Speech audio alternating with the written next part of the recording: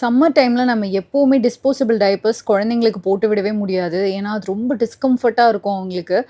So, நான் அதனால morning டைம்ல மோஸ்ட்லி நான் க்ளோத் டயப்பர்ஸ் தான் ப்ரிஃபர் பண்ணுவேன். அதுக்காகவே நான் பியூர் டாட்ஸ்லேருந்து இந்த க்ளோத் டயப்பர்ஸ் எல்லாமே வாங்கியிருந்தேன்.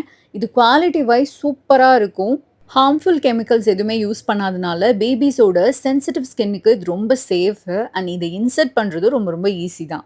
Plus pure lock pad system இருக்கு. அண்ட் 6 லேயர் அப்சர்பன்ட் பேட் இருக்கிறதுனால அப் டூ 250 ml வரைக்குமே நல்லாவே அப்சர்வ் பண்ணும். நம்ம நார்மலாவே க்ளோ டைப்பர்ஸ் யூஸ் பண்ணும்போது ஒரு half an hour once change பண்ணிட்டே இருக்கிற மாரி இருக்கும். ஆனா இதுல லீக் ப்ரூஃப் இருக்கிறதுனால சீக்கிரத்துல லீக் ஆகாது. அண்ட் உள்ளுக்குள்ளரையும் நல்லா ட்ரையாவே வச்சிருக்கும்.